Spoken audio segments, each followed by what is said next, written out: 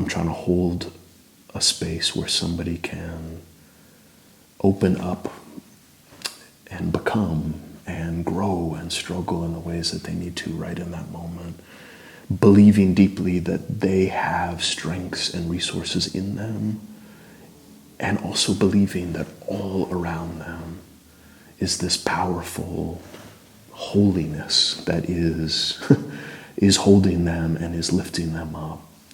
It's the part of me that feels so Quaker as I'm doing this work, even in a strange context like the United States Marine Corps.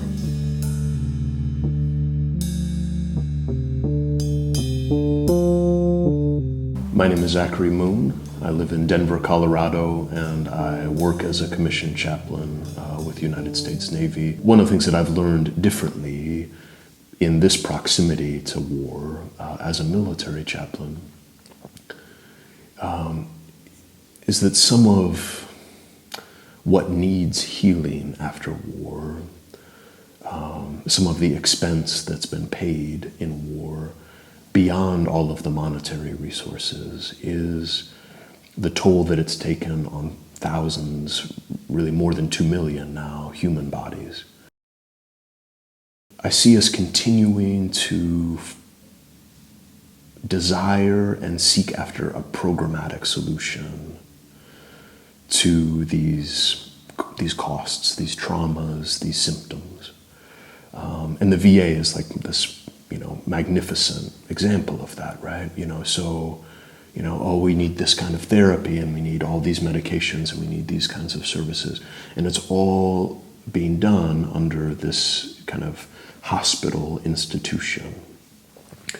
And what's missing there, and where I see the kind of human struggle to come back from war that the VA will never be able to heal or even really address, is the cost that is really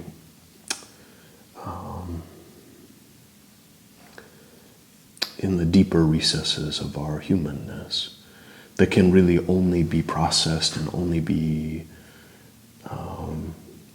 lovingly engaged through relationship.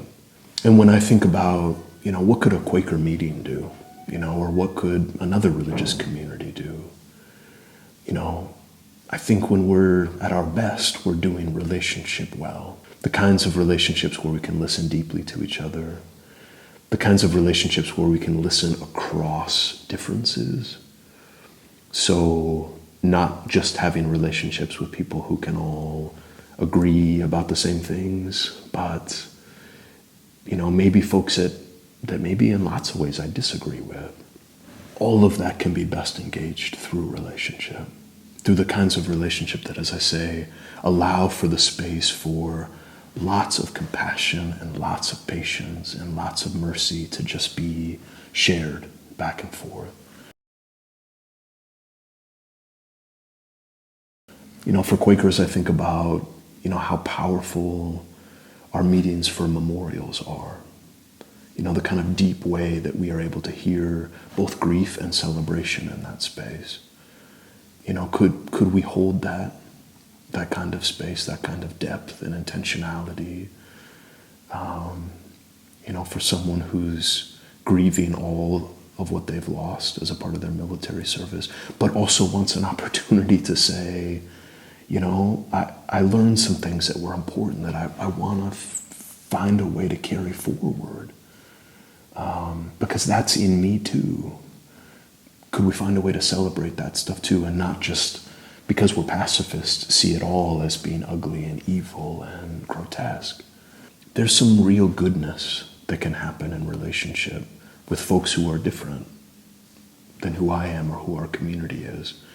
But we've got to be willing to do a little bit of work, take a little stock on our beliefs and our values, and really be knowledgeable about who we are, not in a way to say, hey, we've got it all figured out, let's take it to you and let's try to get you to fit into us.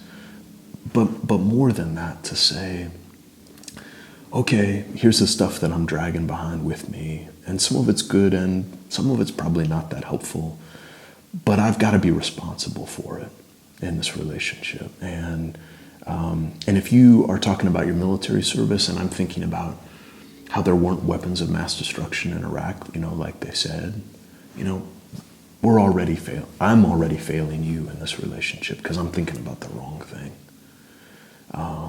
And what I need to be doing is turning both of my ears and my heart as open as it can be. I need to turn that toward you and hear you.